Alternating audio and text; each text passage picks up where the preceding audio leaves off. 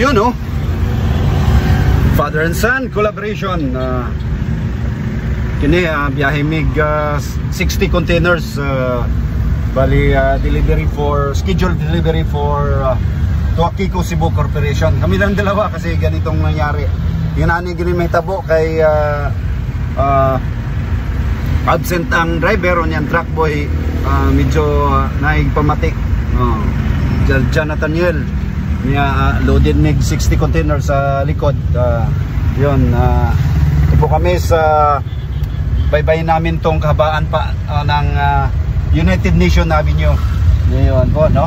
Bagong nasa tuktok kami ng Butuanon Bridge, mga Igsoon. Ayun, antabayanan po nyo kami. Bali, magle-left turn po kami dyan, United Nation Avenue. Yun, Jan Nathaniel, sige lag ka, no? Musta dong? Good, alright. Yun mga Igsoon.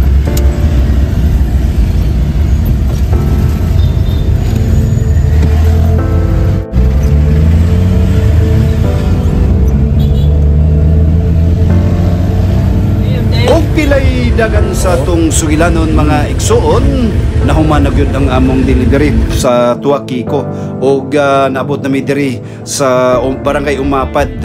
Order dayon siya og masi kay ganahan kuno siya mukaon. Bali unom 30 no? 30 dol. Sige dol. Nya daghang salamat tol ha. Amping.